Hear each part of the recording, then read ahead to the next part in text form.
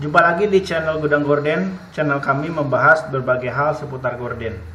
Video kita kali ini mengenai tutorial pemasangan 3 rel yang digabung ke sepasang bracket rel bulat.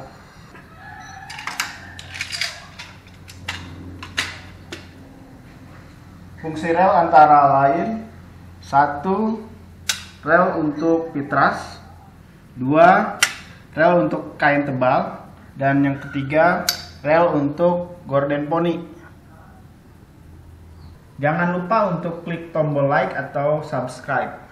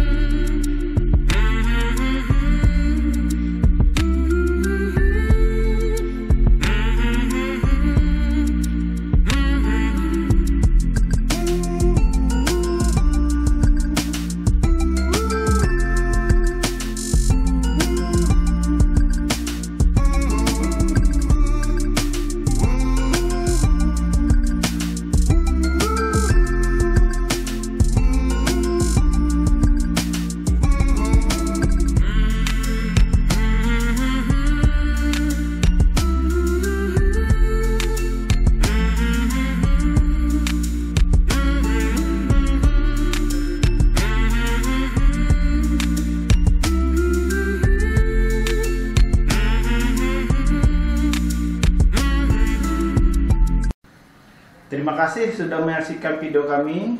Semoga bermanfaat. Jika ada pertanyaan atau request video, bisa langsung tulis di komentar di bawah. Jangan lupa untuk menonton video kami yang lainnya ya.